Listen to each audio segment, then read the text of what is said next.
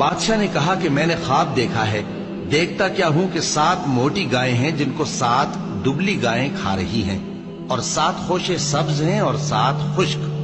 اے درباریوں، اگر تم خوابوں کی تعبیر دے سکتے ہو تو مجھے میرے خواب کی تعبیر بتاؤ۔ انہوں نے کہا، یہ خواب تو پریشان خیالی سے ہیں اور ہمیں ایسے خوابوں کی تعبیر نہیں آتی۔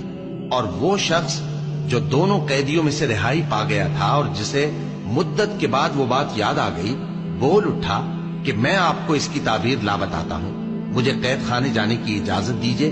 غرض وہ یوسف کے پاس آیا اور کہنے لگا، یوسف، اے بڑے سچے یوسف، ہمیں اس خواب کی تعبیر بتائیے کہ 7 موٹی گایوں کو 7 دبلی گائیں کھا رہی ہیں، اور 7 خوشے سبز ہیں اور 7 سوکھے، تاکہ میں لوگوں کے پاس واپس جا کر تعبیر بتاؤں۔